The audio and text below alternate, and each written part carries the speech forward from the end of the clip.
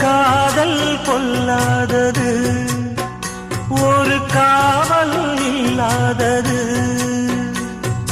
ஊதக்காத்தில் வஞ்சி மாது ஒத்தையிலே வாடும் போது போர்வை போல பொத்தி அணைப்பே.